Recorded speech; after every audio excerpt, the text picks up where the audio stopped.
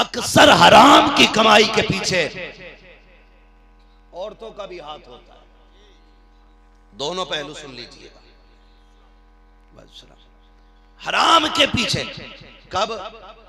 जब शोहर की कमाई मजदूरी के 500 रुपए हो और औरत प्रधान की बीवी का सूट देख के आए, कहती सुनो जी, अगली ईद पे मुझे वही सूट चाहिए जो जुम्मन की बीवी ने पहना था।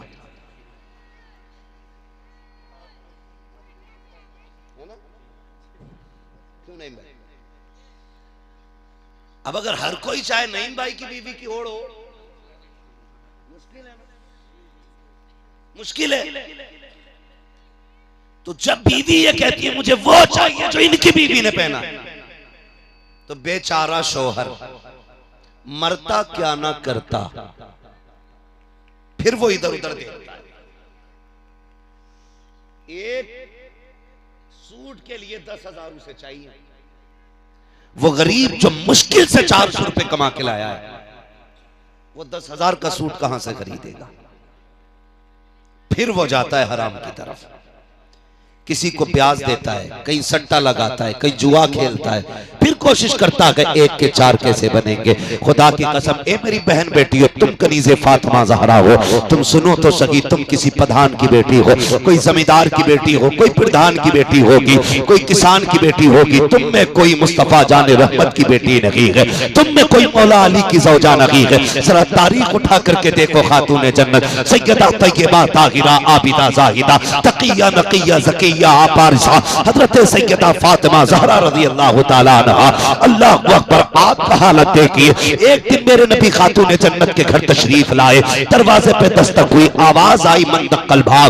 दरवाजा किसने बजाया है? कौन चौखट पे आया है? अल्लाहु अकबर। मेरे नबी कहते हैं अना मोहम्मद रसूलुल्लाह, बेटी मैं तुम्हारा बाप मोहम्मद रसूलुल्लाह हूँ। सुन तो सही प्यारे, मेरे नबी क्या अदब सिखा रहे हैं, अपनी बेटी के दरवाजे पर खड़े हैं और बिना इजाजत अंदर नहीं जा रहे हैं। आज हालत देखिए हमारे मुआशरे की, तहजीब तो देखिएगा। अल्लाह अकबर। ऐसे ही मुंह उठाए चले जाते हैं, दरवाजा खोल करके अंदर आके कहते हैं क्या मैं आ सकता हूँ? जब अंदर आ ही गया है, अब पूछने का मतलब क्या है? दरवाजा खोल ही दिया है, अब आवाज देने का मतलब क्या है? इस्लाम तो ये सिखाता है अपनी बेटी के भी दरवाजे पे जाओ तो पहले इजाजत ले लिया करो, उसके बाद अंदर जाया करो। तुम किसी के भी घर में मुंह उठा के चले जाते हो, ये इस्लाम की तालीम रही है। मेरे नबी ने दरवाजे पे आवाज दी, खातून जन्नत कहती है अब्बा जान अगर अकेले हैं तो आ जाइए, और अगर कोई साथ में है तो उसको रोक दीजिएगा।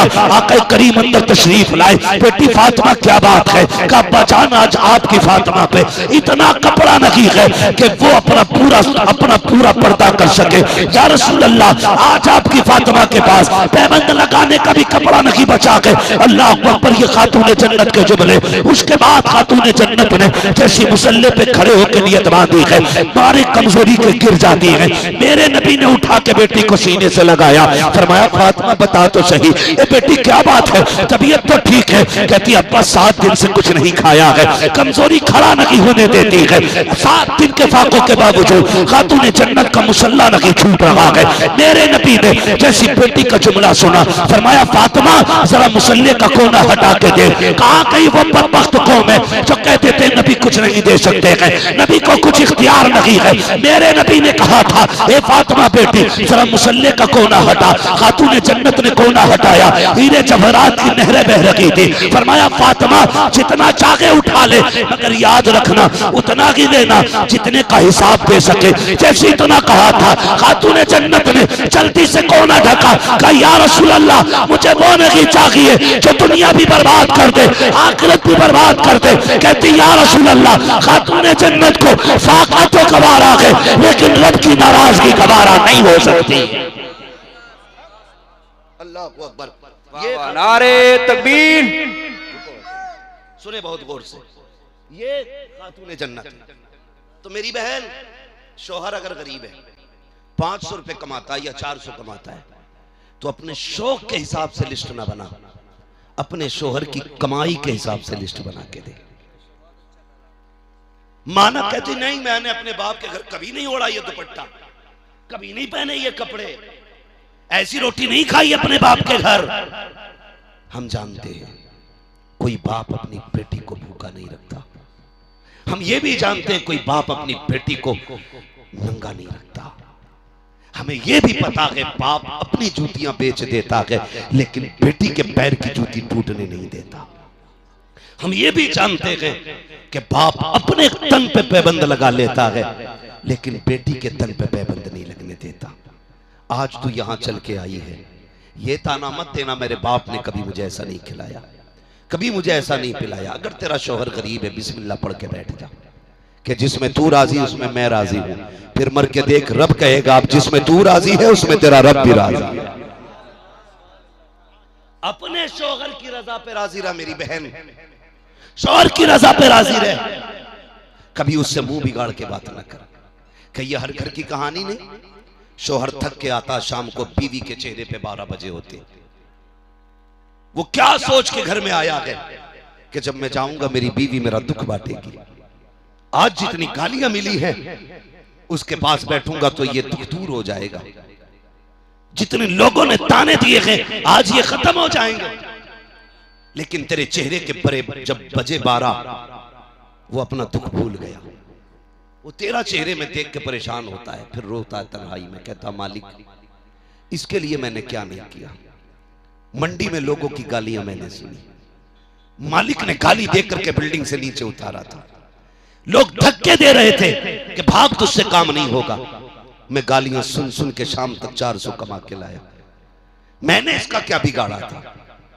सुन, शोहर तो कुछ नहीं कहता लेकिन याद रखना जब रब की बारगाह में आएगी कोई बचाने वाला नसीब नहीं होगा,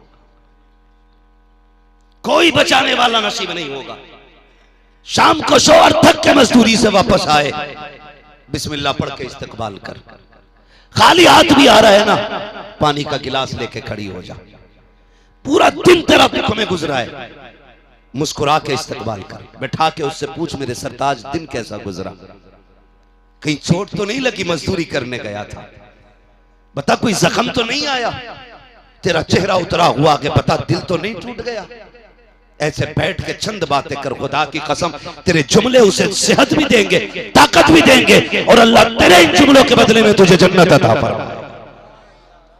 लेकिन यही 2 तोले की जबान है जो तुम्हें जन्नती भी बना सकती है, जहन्नमी भी बना सकती है, जहन्नमी भी बना सकती है। आप जानते हो, आपको मैं बताऊं, एक अल्लाह वाले की कहानी सुनो, मेरी बहनें भी सुने और भाई भी सुने। खुदारा कभी शोहर के खाली लौटने पे ये मत कहना तू निकम्मा है, तुझसे कुछ नहीं होगा। रज़ाक ये नहीं, रज़ाक अल्लाह है। हाँ, रज़ाक, रज़ाक रोजी कौन देता है? जोर से सारे बोले। आज इसी बहाने बोल लो, ना जाने कब से तुमने अपने रब को ना पुकारा हो। कौन देता है रोजी? जितना बड़ा मजमा उतनी आवाज आपकी नहीं निकल रही, अपने रब को पुकारिए, बोलिए कौन देता है रोजी? अल्लाह। अल्लाह देता है, रिज़्क़ उसका है, दिलाते हैं। हाँ, अल्लाह रज़ाक है, शोहर को ताने न दे। ये बेचारा गरीब थक के आया है, इसे बैठा, इसे बैठा। अल्लाह अकबर। सुने, एक घर में फाके हुए अल्लाह वाले थे, उन्होंने बहुत बड़े गुनाह से, सूद से, ब्याज से तौबा की। वो घर बैठ गए, बुढ़ापा था, बच्चे भी थे। बीवी कहने लगी सरताज अच्छा किया आपने तौबा कर ली, लेकिन मेरे सरताज एक बात बताओ, अब 3 दिन का फाका घर में हो गया है, बच्चों का मुंह नहीं देखा जाता, कुछ तो लाओ, निकल करके कहीं जाओ। सुनना मेरी बात, बाप बाप होता है, बाप बाप होता है। वो जलजले से भी नहीं डरता, वो तूफान से भी नहीं डरता। उसकी हिम्मत बीच समंदर में हो, मौजें हो, तूफान हो, नहीं टूटती है। लेकिन बाप कब टूट जाता है? जब बच्चों के चेहरे पे भूख का एहसास देखता है तो बाप टूट जाता है, बाप टूट जाता है। हमारे मुल्क में वो लोग नहीं पकड़े जाते जो रिश्वत लेते, खुलेआम चोरियां करते, वो लोग जेलों के अंदर डाल दिए जाते हैं जो लोग अपने बच्चों के लिए चंद पैसे लेने के लिए बाहर निकलते हैं। अल्लाह करे मेरी बात आप समझ जाएं। तशरीफ लाइए कारी साहब, माशाल्लाह थोड़ा पीछे हो जाइए। नहीं माशाल्लाह आपके लिए तो कारी साहब जगह ही जगह है, अल्लाह सलामत रखे। तो वो लोग कभी नहीं टूटते। बंदा कब टूटता है? अक्सर जब बच्चों की भूख सामने होती है तब बंदा टूट जाता है।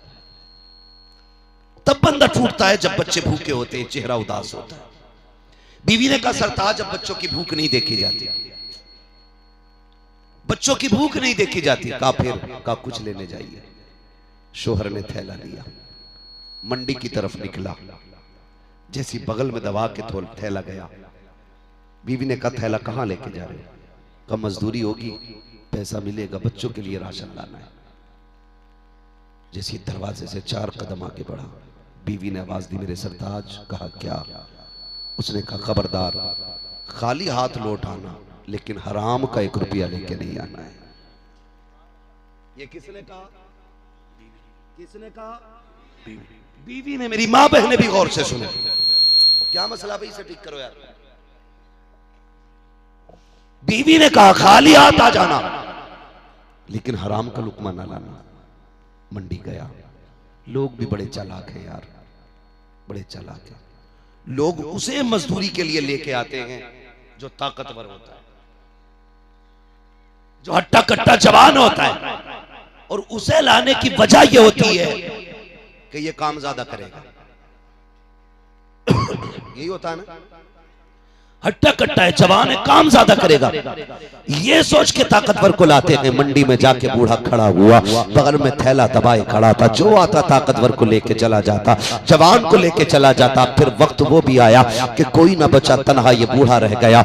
इसने कहा यार मुझे ले चलो, 10 रुपए कम दे देना, मुझे काम पे ले चलो। किसी ने कहा इस उम्र में काम तुझसे कौन कराएगा, जा जाके कहीं बैठ, अपने घर जाके आराम कर। उसने कहा बच्चे भूखे हैं, मुझे 10 रुपए कम दे देना, खुदारा तुम्हें खुदा का वास्ता, जब तुम मजदूरी कराया करो सिर्फ ताकतवर देख के ना लाया करो, कभी कमजोर को भी लेके आ जाया करो, कभी बीमार को भी लेके आ जाया करो। और मजदूर के सर पे खड़े होकर के 100 रुपए दे करके 150 के काम ना लेना, बल्कि ऐसा करना काम 50 रुपए का किया है तो 100 रुपए दे दिया करो, काम 100 का किया है तो 200 दे दिया करो। तुम मजदूर की थोड़ी मेहनत पे राजी हो जाओ, अल्लाह तुम्हारे थोड़े अमल से राजी होकर जन्नत अता फरमाए।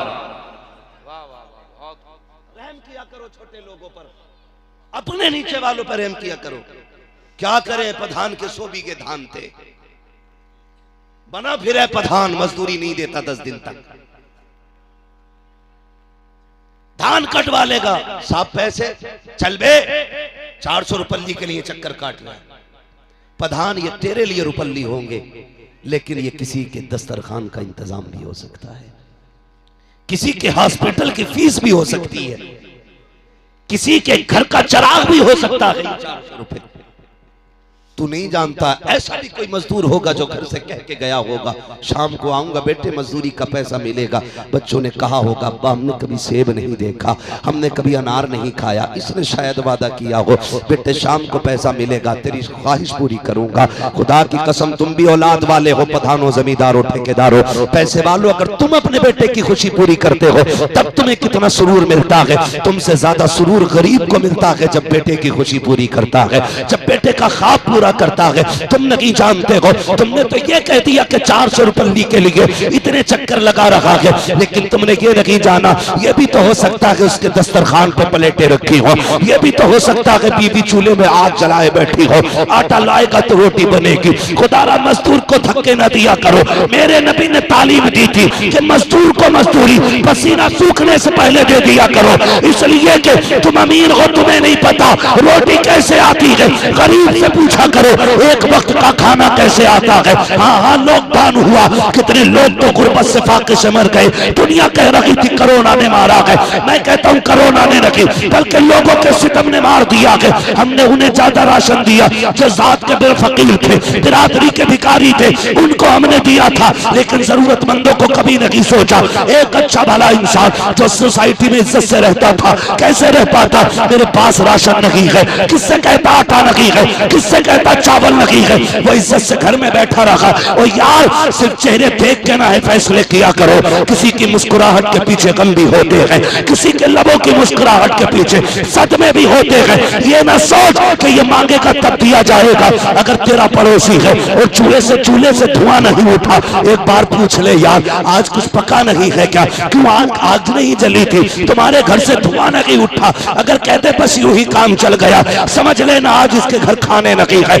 अपने आगे का उठा, जा उस भूखे के आगे ले जाके बैठ जा। खुदा की कसम काबे में जाकर के लोगों पे लुटाने में इतना रब राजी नहीं होगा जितना भूखे पड़ोसी को खिलाने में अल्लाह राजी हो जाए। लेकिन हम तो खिलाते भी उन्हें हैं जहां नाम हो। बुरा ना मानिए, दे दिया करो टाइम से मजदूरी, दे दिया करो। मंडी से कभी लाओ ना, एक ताकतवर ले आओ, एक कमजोर ले आओ। किसी का चूल्हा तेरे घर से चल जाएगा तो खुदा की कसम तेरा काम भी महशर में किसी के इशारे पे चल जाएगा। तुम नहीं जानते हो ये भूखे पेटों की दुआएं कितनी बड़ी होती हैं।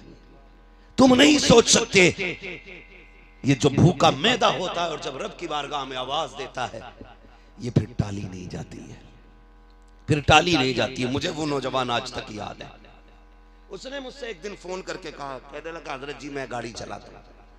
ताज्जुब हुआ कि रात मेरी आंख लग गई और 1-2 मिनट सोता रहा मैं, लेकिन शुक्र अल्लाह का कि मेरी गाड़ी पलटी नहीं। मेरा हाथ देखें कैसा एक जगह डटा रहा नींद में भी। मैंने कहा यार बता कौन सी नेकी करता है, कौन सी नेकी करता है। उसने कहा कि जब भी मैं गाड़ी से वापस जाता हूं ना, अपनी कमाई का 10वां हिस्सा जाके ना मैं मदरसे के तलबा को दिया करता हूं। मैंने कहा तुझसे किसने कह दिया, तेरे हाथ का ये एक्सपीरियंस था, तेरी जिंदगी का तजर्बा था, या तेरा पुराना ये मश्क की कारीगरी थी। नादान तू सो गया था, रब की रहमतों ने तेरी गाड़ी संभाल रखी थी, किसी की दुआओं ने तुझे संभाल रखा था। हाँ, भूखे पेटों की दुआएं बड़ी जल्दी कबूल होती हैं। कोशिश ये करना तेरी वजह से किसी का चूल्हा जले, तेरी वजह से किसी के घर के अंदर दस्तरखान पे रौनक आए। बुरा ना मानना, मैं कहता हूं खुदा करे हर बंदा मदीने शरीफ जाए, लेकिन लोग कहते हैं अल्लाह का शुक्र है मैंने 12 उम्रे कर लिए, 13 उम्रे कर लिए। ओ यार कब जाता है? मैं उम्रा करने रमजान में जाता हूँ। मैं कहता हूँ जब तू 13 उम्रे कर ही आया है, 1 उम्रे का पैसा गांव के गरीबों में तकसीम कर। कितने ऐसे गरीब रोजादार होते हैं जिनके यहाँ इफ्तारी के लिए पानी के सिवा कुछ नहीं होता। तूने गुंबद खजरा के साए में बैठ के इफ्तारी की तो क्या किया? उन्हें भी तो देख लेता जो अपने बच्चों के रोजे रखवा के सिर्फ पानी लेके दस्तरखान पर बैठे होते। उस पैसे से तुम नहीं जानते, कई बच्चे नहीं भाई कहते अब्बा हमें रोजा रखना है। सुना पहला रोजा होता है, बड़ी धूमधाम से रखा जाता है, लेकिन गरीब बाप ये तो नहीं कहता मेरे पास कुछ नहीं है। वो ये कह देता बेटे अभी तेरी उम्र नहीं हुई है, अभी तू बहुत छोटा है। वो अपनी गरीबी को बच्चे के बचपन में छुपाता है। काश क्या ही अच्छा होता, तू ना जाता 1 साल उम्र को, 1 साल तू खजूर इकट्ठा करके गांव के हर गरीब को तलाश करता, चुपके से रात में उसके बाप के हवाले कर देता। वो बच्चों के आगे भी रुसवा नहीं होता। कम से कम तेरी वजह से किसी बच्चे के पहले रोजे पे उसे खुशी मिल जाती। खुदा की कसम मदीने वाला भी राजी हो जाता, काबे वाला भी राजी हो जाता। कोशिश ये कीजिएगा कि तुम्हारे पैसे से किसी का चूल्हा जले। करेंगे इंशाल्लाह। बात समझ में आ रही है ना? तो मैं क्या अर्ज कर रहा था, बीवी ने कहा खबरदार खाली आता जाना, हराम का लुकमा याद है ना सबक, हराम का लुकमा जोर से नहीं, हराम का लुकमा नहीं लाना है। मंडी में बंदा खड़ा कह रहा यार मुझे ले चलो 10 रुपए कम दे देना, लेकिन लोगों ने अपना फायदा देखा, उस गरीब का किसी ने न देखा। अल्लाह अकबर, जब सब छोड़ के चले गए, सूरज आधी आसमान का सफर तय कर चुका, बीचों बीच में सूरज आ गया। वो जो बगल में थैला था यार कैसे लेके जाता उसे। अब बच्चों का सामना मुश्किल था, खाली हाथ पलट करके बच्चों को भूखा छोड़ के आया था। क्या मुंह दिखाता बच्चों को जाकर के, खाली गया था खाली आया था। था। अल्लाह सलामत रखे आप लोगों को। सुनना मेरी बात बहुत गौर से। जब कोई नहीं मिला, सुने प्यारे, जब कोई नहीं लेके गया, अब ये क्या करता, घर कैसे जाता, सोचने लगा बच्चों को क्या मुंह दिखाऊंगा, अब क्या किया जाए। उसके बाद उसने दोनों तरफ नजर डाली, सामने मस्जिद का मीनार नजर आया। उसने अपना थैला लिया, मस्जिद में गया, वुजू किया, मुसल्ला बिछाया, रो के कहता मालिक दुनिया वाले तो काम के लायक नहीं समझते हैं, मैं तेरे घर में आ गया हूँ, अब तेरे दरबार में नौकरी करूंगा, या अल्लाह मैं सफाई करूंगा, तेरे घर में झाड़ू लगाऊंगा। मेरे मालिक मेरे बच्चे 3 दिन से भूखे हैं, उनके रिस्क का इंतजाम फरमा दे। ए मर परवरदिगारे आलम, ये दुनिया वाले मुझे नौकरी के लायक नहीं समझते हैं, मैं तेरे घर में मजदूरी करने आ गया हूँ। ये कहकर शाम तक मस्जिद की धुलाई करता रहा, सफाई करता रहा। शाम को घर पलटने की बारी आई।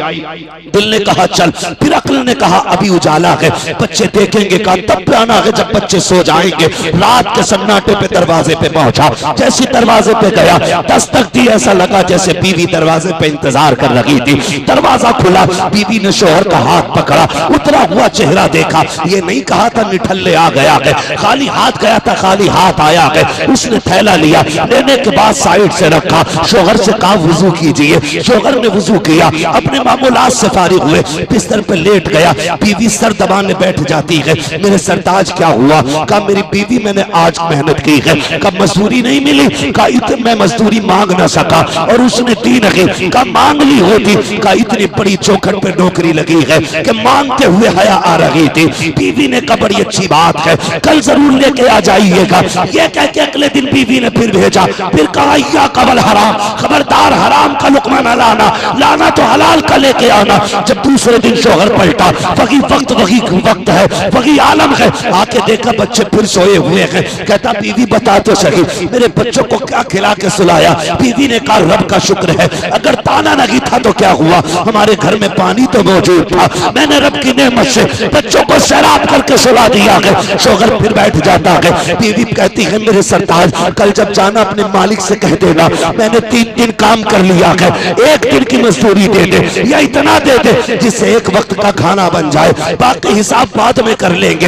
अल्लाह अकबर। जैसी बीवी ने इतना कहा है, चेहरा देखा बीवी का, रोता हुआ चल दिया मस्जिद की तरफ। आने के बाद मस्जिद में सफाई की है, शाम का वक्त आया है, रो रो के कह रहा था ए मेरे मालिक अब बच्चों का सामना नहीं किया जाता, कितनी बार बीवी से मुकाबला करूंगा, ए मेरे परवरदिगार कम से कम इतना तो दे दे कि मेरे बच्चों का एक वक्त का खाना हो जाए। रो के कहता है मालिक मैं घर से चला था, मेरी बीवी ने इतना कहा था, अपने मालिक से कह देना इतना दे दे जो बच्चों का एक वक्त के खाने का इंतजाम हो जाए।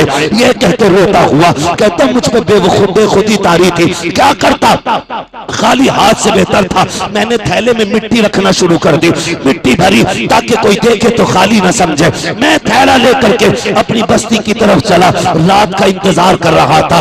दूर खड़े होकर के मैंने देखा देखो बच्चे सो गए हैं कि नहीं, घर की दीवारें नीचे थी। उसने कहा मेरे घर से धुआं उठ रहा था, मैंने जब धुआं देखा आगे मसल के सोचने लगा कहीं ऐसा तो नहीं है मेरा घर ना हो, मेरे घर में धुएं का क्या काम, मेरे घर के अंदर तो कुछ पकाने के लिए भी नहीं है। ये सोच करके करीब बढ़े, जाके देखा अपना ही चूल्हा है, दीवार से झांक के देख रहे हैं अपना ही चूल्हा है, उस पे पकवान बन रहे हैं। बड़ी तेजी से दरवाजे पे आए, फिर मामूल की तरह बीवी पहले से दरवाजे पे खड़ी है, जैसे आए हैं बीवी ने वेलकम किया, इस्तकबाल किया, घर के अंदर से खाने की खुशबू आ रही है। अब जरा सुनना प्यारे, जैसी खाने की खुशबू महसूस की, कहते मेरी शरीक हयात बता तो सही ये किसने भेज दिया है? मुस्कुरा के कहती है बड़ा अच्छा है तुम्हारा मालिक। कहा क्या कहना चाहती हो? कहा ये किसी और ने नहीं जिसके यहाँ मजदूरी करते हो, ये उसी ने भेज दिया है। बीवी ने हाथ पकड़ा, कहा बस ये नहीं है जरा अंदर तशरीफ लाइए। जैसे अंदर कमरे में लेकर के गई, नेमतों का ढेर लगा हुआ है, हर तरह का गल्ला मौजूद है, सारे फल रखे हुए हैं। कहा ये किसने भेजा है? कहा आपके मालिक ने भेजा है। रोने लग गया, कहा ये तो बता सिर्फ खाना भेजा है या कोई पैगाम भी भेजा है? कहा बीवी ने कहा सरदार वो जो लेके आया था कह के गया है कि मालिक ने ये कहा है अपने शोहर से कह देना वो काम में कमी ना करे, हम उसको देने में मजदूरी में कमी नहीं कर सकते। नारे तकबीर, नारे रिसालत, मसलके आला हज़रत, फैज़ाने आला हज़रत, फैज़ाने औलिया इकराम, सरज़मीने बसौलिया, इस्लाहे मुआशरा कॉन्फ्रेंस हजरत अल्लामा मुफ्ती हम्माद रज़ा साहिब क़िबला। नारे तकबीर, नारे रिसालत। वाह वाह, बहुत खूब। कोशिश ये कीजिएगा हराम का लुकमा ना लाना, हलाल का लाना। कहीं ना मिले फिर बैठ जाओ मस्जिद में आके। हम तो माइल बकरम है, कोई साइल ही नहीं। राह दिखलाएं किसे रह रवे मंजिल ही नहीं। मांगो ना कभी हुजूर से, झोली फैला के मांगो। लोग कहते हैं दुआ कबूल नहीं होती, मैं कहता हूँ मांग के तो देख। कभी मांगने बैठे ही नहीं। तूने तो हाथ भी रस्मन उठाए, मुंह पे फेरा चल दिया। किसी दिन जिद करके बैठ जा, जब तक देगा नहीं जाना नहीं है। जब तक देगा नहीं जाना नहीं है, बैठ वहां।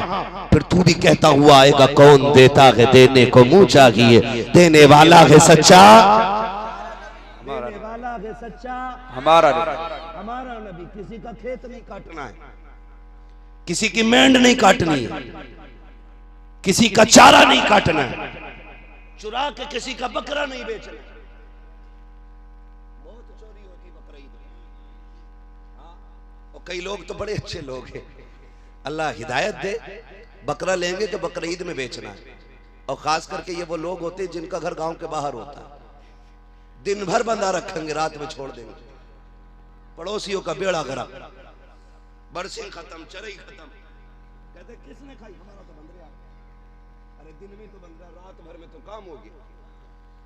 मोहल्ले के खेत में चरा चरा के बकरीद तक बकरा पाला, और फिर कहते हैं मेरे बकरे पे मोहम्मद लिख रहा। रंग से लिख रहे, रेट बढ़ा रहे। जी जी, मोहम्मद लिख रहा मेरे बकरे पे। पला कहां था? यानी खूंटे पे ही रहा। और वो जो बेड़ा गर्क कर दिया पड़ोसी का, पूरी खेती तबाह कर दी। क्या फायदा ऐसे बकरों से यार, क्या फायदा?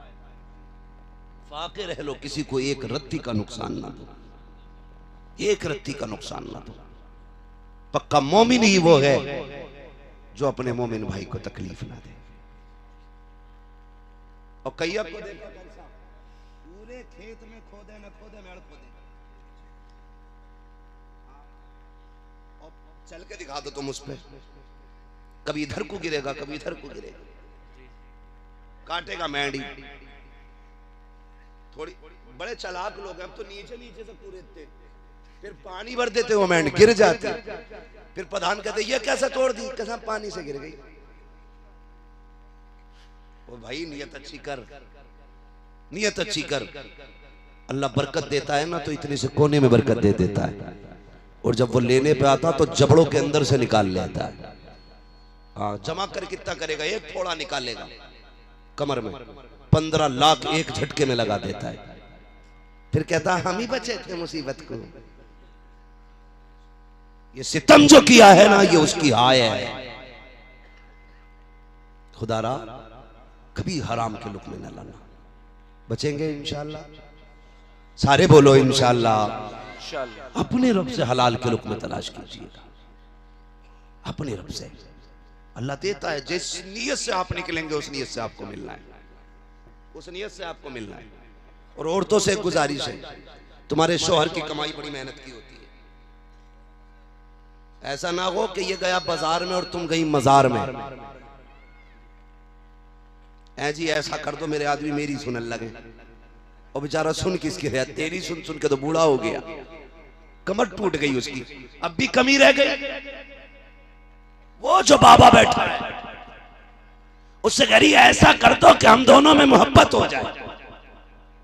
मेरी बहन जिसके पास तू गई है, पूछ इसके पड़ोसियों से, इसकी खुद अपनी बीवी से 10 साल से नहीं बनी। और जिसकी अपनी बीवी से 10 साल से ना बनी, वो तेरी बनाएगा, बिगाड़ और देगा। इसलिए इन ठगों के पास न जाना, इन लुटेरों के पास न जाना। अगर तेरा शौहर तुझसे प्यार नहीं करता तो फिर कुरान लेके बैठ, पढ़ सूरह यूसुफ, पढ़ सूरह यासीन, मुकम्मल कर ये सूरत। हाथ उठा कि मालिक तुझको आयशा का वास्ता, तुझे खदीजा का वास्ता, तुझे खातून जन्नत फातिमा ज़हरा का वास्ता, मेरे शोहर के दिल में मेरा प्यार जगा। खुदा की कसम 6 किलो का तावीज वो असर नहीं करेगा जो कुरान पढ़ के उठे हुए हाथों की दुआ असर कर डाले। बहुत खूब जिंदा। लेकिन कम तुम भी नहीं हो, कम तुम भी नहीं हो। ब्याह होते ही कह रहा तुझे अजमेर लेकर चल लिया, ब्याह होते ही अजमेर लेके जा रहा। जब पहले दिन तू अजमेर घुमा लाया तो कम से कम कलकत्ता तक तो ये भी तुझे लेके जाएगी। अजमेर लेके जा रहा, कलियर घुमा लो। चादर बोली थी ब्याह हो जाएगा तो चादर चढ़ाऊंगी, क्यों हो नहीं रहा था? खुदारा इस्लाम ने जो हद दी है औरत को, पता चला वो बीवी कहाँ है आपकी, कहना वो तो अजमेर गई है। बीवी कहाँ है? वो तो बदायूं शरीफ गई है। क्या करना है? मैं छोटे बड़े सरकार की चादर बोली थी। आप क्या कर रहे हो यहाँ? कि मैं घर रखा रहे हो। बीवी किसके साथ गई? कि गांव की ट्राली गई थी उसमें ही बैठा दी। सुने बहुत गौर से, ये हंसने की बात नहीं, ये रोने की बात है। तुमने ट्राली में बहू बैठा दी। 100 का नोट रख दोगे कहीं चौराहे पे, उठा और लाओगे कहीं पड़ा मिल गया तो। ये मामला है। गिरे पैसों को फट से उठाता आदमी, कोई देख ले, ऐसा रख के दाएं बाएं देखे, कोई देख तो ना रहे। हम 100 रुपए रोड पे नहीं डालते क्योंकि हमें लगता पैसा प्यारा है, लेकिन मेरे नबी ने फरमाया था मोमिन की इज्जत काबे की इज्जत से ज्यादा बड़ी है।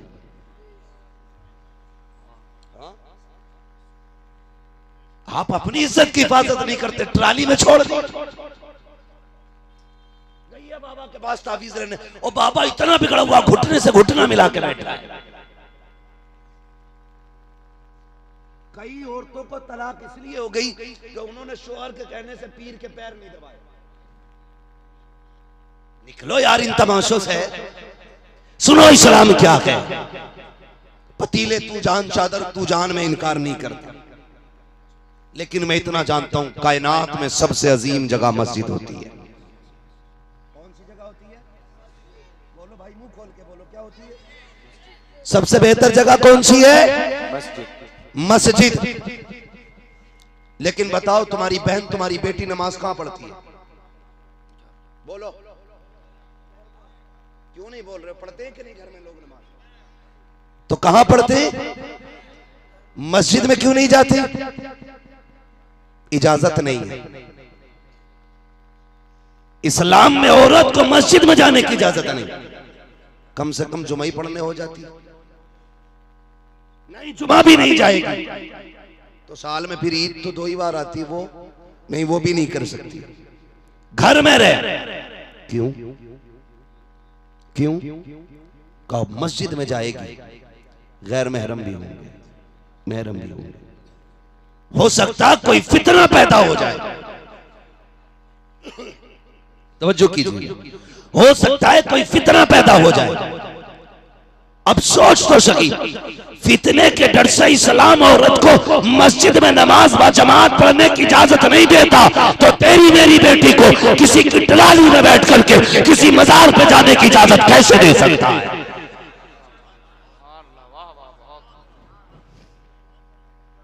जिंदाबाद। ये जो रचना करम सिंह जनम सिंह के साथ भाग रही है, उसकी वजह ये है कि जो ये जो आता है ना बिल्कुल बेटे की तरह है। जाओ करण, बेटी को दवा दिला लो, लो उसको दवा दिला लो। इस्लाम की हकीकत जानते हो आप? इस्लाम का अपना एक मिजाज है। इस्लाम ये कहता सगे भाई बहन सिर्फ समझदार हो जाएं, बालिग नहीं, समझदार अगर हो जाएं तो सगे भाई बहन को एक बिस्तर पे कांधे से कांधा लगा के बैठने की इजाजत नहीं।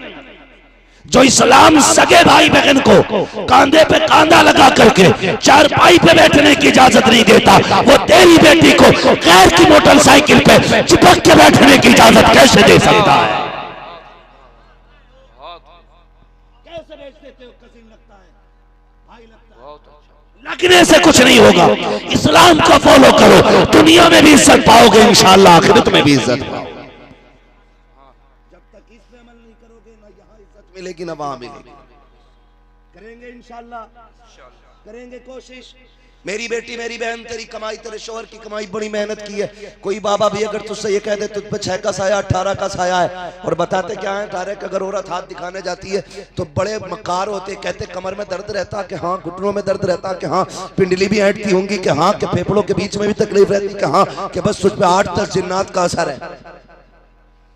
जाओ, ये जो मैंने बीमारियां बताई है ये 99% औरतों के अंदर होती है, ये सब जानते हैं। मेरी बहन तू इतनी सीधी है, तूने सोची बाबा को बिना देखे कैसे पता? क्योंकि पिटते पिटते बाबा के खुद इन्हीं जगहों पे दर्द हो रहा है, उसे पक्का पता है। हाँ, जिसे अपना नाम लिखना नहीं आता वो इतनी जानकारी कहां से पा गया भाई? चोर है भाई। इसे 5-6 के बदले में पैसा ना दे, उसी पैसे से अपने शोहर की खिदमत कर। इसके तावीज से वो असर नहीं होगा जो तेरी खिदमत से शोहर के दिल में असर हो जाएगा। खिदमत कर शोहर की, जब बाहर से थक के आए दरवाजे पे इस्तकबाल कर, जाने लगे तो दरवाजे तक छोड़ने के लिए जा, उसे सैकड़ों गाड़ी देख के ना भेज, अल्लाह करे तू लौट के ना आए, तू मर जाए, तेरा जनाजा सज जाए, तेरा बेड़ा गर्क हो, तुझे देखना नहीं चाहती। जबकि वो जाने लगे तो मुसल्ला बिछा दे, कहते मालिक तेरी हिफ्ज़ व अमान में भेजा है, खैरियत से वापस लाना, परदेश गया है, तेरी ये दुआएं निकलेंगी, खुदा की कसम रिज़्क़ भी साथ आएगा, सेहत भी साथ लेके वापस आएगा। तो ये मेरी बहनों तुम्हें करना है, अपने शोहर की जिंदगी की दुआ मांगना, उनकी दराजी उम्र की दुआ मांगना, उनकी खिदमत, उनकी रजा की दुआ मांगना। हाँ, ना जा तू चल के कलियर व अजमेर, चल के 2 कदम शोहर के बिस्तर तक जा और मोहब्बत से पूछ कुछ चाहिए, कुछ चाहिए। अगर वो तेरे लहजे में प्यार देखेगा, वो शोहर है। तेरे लिए धूप खा के आया, तेरे लिए गालियां सुन के आया, तेरे लिए बोझ उठा के आया, क्या वो तुझसे प्यार से बात नहीं करेगा? हैं? जब अपना ही मुंह सीधा ना तो तुझे प्यार किधर मिलने वाला भाई? मुंह पे बारा ना बजाया कर, भूतनी ना बना कर। एक साहब कहने लगे हजरत देवा शरीफ में भी दिखा लिया और कचौचा शरीफ में नीर में भी नहला ले, उसको भूत ही नहीं उतर रहे। तो मैंने कहा भूत होंगे ही नहीं, उस पर कहीं दौड़े पड़ते हैं। मैंने कहा भूत उससे उतरते हैं जिस पे भूत हो, जो खुद भूत नहीं हो उससे कुछ नहीं उतरा करता। तो ये भी ख्याल कीजिएगा, घर में कुरान की तिलावत आम करें। बेटियों से कहिए फजर पढ़ के कुरान खोल लिया करें। जहां कुरान पढ़ा जाता है वहां शैतान नहीं आया करता है। कुरान पढ़ा करें, फजर बाद तिलावत होनी चाहिए। तुम जो बीवी की खुशी के लिए इतना बड़ा एलसीडा लगा देते हो ना, एलसीडा, फिर उसमें देखो वो नमाज छोड़ सकती है, सीरियल नहीं छोड़ेगी। वो कुरान छोड़ सकती है, सीरियल नहीं छोड़ेगी। उसकी जो नौटंकी होती है वो सेम घर में होने लगती है। जब घर में हुई तो पता चला वो देवर के साथ भाग गई, वो साली को लेके भाग गया, वो खाला के साथ फरार हो गया। क्यों? नौटंकी अब जैसी देखोगे वही तो बनोगे ना। पढ़ कुरान तर्जमे के साथ, कंजुल ईमान खोल के बैठा कर। हाँ, जब खुदा की कसम पढ़ोगे ना कि कयामत इतनी सख्त है कि कलेजे फाड़ देगी, तो फिर सोचोगे गुनाह करने से पहले। तिलावत किया करो कंजुल ईमान के साथ।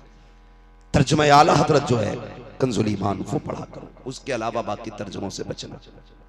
सबसे बेहतर तर्जमा कंजुल ईमान। इससे खुदा की कसम घर में रहमतें भी आएंगी और अकीदे भी सलामत रहेंगे। करेंगे इंशाअल्लाह कोशिश, जितनी बातें मैंने की। अल्लाह ताला हमें हुजूर का सच्चा पक्का इश्क अता फरमाए, हमारी कौम को मसरक आला हज़रत पर मौला करीम जिंदगी अता फरमाए, पाइंदगी अता फरमाए। फरमाया गया, ए ईमान वालों, अपने आप को और अपने घर वालों को जहन्नम की आग से बचाओ। कोशिश कीजिएगा अपने बच्चों को कुरान जरूर पढ़ाइए, मदरसे में बच्चों को जरूर पढ़ाइएगा। मैं इस चीज़ से कभी नहीं इनकार करता कि तालीम हासिल ना करें। मुझे खुशी होती है मेरी कौम का कोई बच्चा IPS IAS बनता है, तो MBBS हो तब भी कलेजे ठंडे होते हैं, क्या हमारी कौम आगे बढ़ रही है। लेकिन जब छोटे थे तो हम मदरसों को बुरा कहते रहे, बड़े हो गए तो फिर तालीम को बुरा कहना शुरू कर दिया। ना, हम तालीम के मुखालिफ नहीं हैं। हम ये चाहते हैं हमारे बच्चे जहाँ MBBS होना वहाँ कुरान के कारी भी होने चाहिए। इसलिए कि हमारा बेटा अगर डॉक्टरी की कुर्सी पे बैठ के खुराक देगा ना, 3 मरतबा महबूब पे दरूद पढ़ के गोली पे दम करेगा, भले ही उसके साल्ट में फायदा हो ना हो, मुस्तफा की दरूद में फायदा हो जाएगा। ये जो काला बाजारी चल रही है ना, अगर हमारे बेटे वकील होंगे, हमारे बेटे जजेस होंगे, तो फिर किसी मजलूम को रोना नहीं पड़ेगा। जब फैसले की कुर्सी पे मुस्तफा का गुलाम बैठेगा ना, फिर दौरे फारूक आजम नजर आ जाएगा, दौरे फारूक नजर आएगा। हम चाहते हैं हमारी कौम के जवान आगे बढ़े और हर कुर्सी पे बैठ करके इस्लाम का आईना दिखाए, ऐलान कर दे, यहाँ फैसला करते वक्त कोई रिश्वत, कोई घूस नहीं देखी जाती, यहाँ दलील देखी जाती है। दलील जिसकी पक्की होती है, फैसला उसी के हक में किया जाए। इसलिए डॉक्टर बाद में है, गुलाम मुस्तफा पहले, इंजीनियर बाद में, गुलाम मुस्तफ़ा पहले। पढ़ाइए बच्चों को मदरसे में, खुदा की कसम मदरसे की बहुत बड़ी डैन है इस उम्मत पर। आज जो दाढ़ियाँ सलामत है मदरसे की वजह है, आज जो टोपियाँ सलामत है मदरसे की वजह है। तुम्हारे बच्चों को जो कलमा आता है ना, वो मदरसे की देन है। तुम्हें जो नमाज जनाजा याद है, ये मदरसे की देन है। जिसकी मुखालफत करते हो, अगर ये बंद हो गया ना, कोई जनाजा पढ़ाने वाला नसीब नहीं होगा। जनाजा तो छोड़ो, कान में कोई अजान पढ़ने वाला नहीं होगा। दफन करने के लिए तरस जाएंगे लोग, कोई मिट्टी देने वाला सुन्नत के मुताबिक नहीं मिलेगा। इसलिए बच्चों को आलिम बनाइए। एक बच्चा हमारे घर के अंदर हाफिज कुरान हो गया, अल्हम्दुलिल्लाह, समझ लेना कि हमारा पूरा घर बदअकीदगी से भी बच जाएगा। और कितनी चीजें तो खाली हाफिज होने की वजह से, शर्म की वजह से खत्म हो जाती है। अब्बा की दाढ़ी नहीं थी, बेटा हाफिज बना, कहता यार दाढ़ी रखने, अब तो अल्लाह हाफिज हो गया। अब्बा ब्याज लेता था, यार अब तो गैरत आनी चाहिए, अल्लाह हाफिज हो गया, तुम ब्याज ले रहे हो, तो फिर वो भी खत्म। एक बंदा, फिर बहनें भी हया करती है, नहीं गलती नहीं करनी है, बहन आप भाई हाफिज कुरान है, लोग मेरे भाई को क्या कहेंगे। एक पढ़ा लिखा आ जाए तो घर सवर जाया करते हैं, अगर खानदान पड़ जाए तो नस्लें सवर जाएंगे इंशाअल्लाह। करेंगे इंशाअल्लाह ऐसा। बस जो हुए अगलात उनको माफ फरमाए रब्बे कायनात। जिंदगी ने दिया साथ, फिर होगी मुलाकात।